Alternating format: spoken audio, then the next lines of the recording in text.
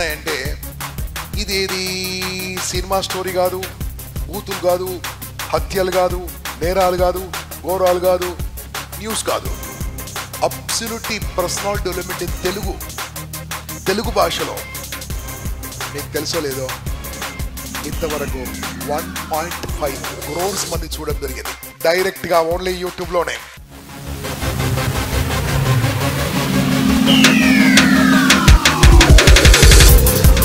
Let's work for youth. అసలైన వజ్రాలు, అసలైన మనుషులు ఎవరంటే నిజమైన ఈ యూత్ కనుక మార్చగలిగితే దేశమే మారిపోతుంది అని మాకు తెలిసిన చిన్న ప్రయత్నమే ఇంపాక్ట్ ద్వారా మీ దగ్గరికి రావడం జరిగింది. మిత్రులారా, ఆపకండి.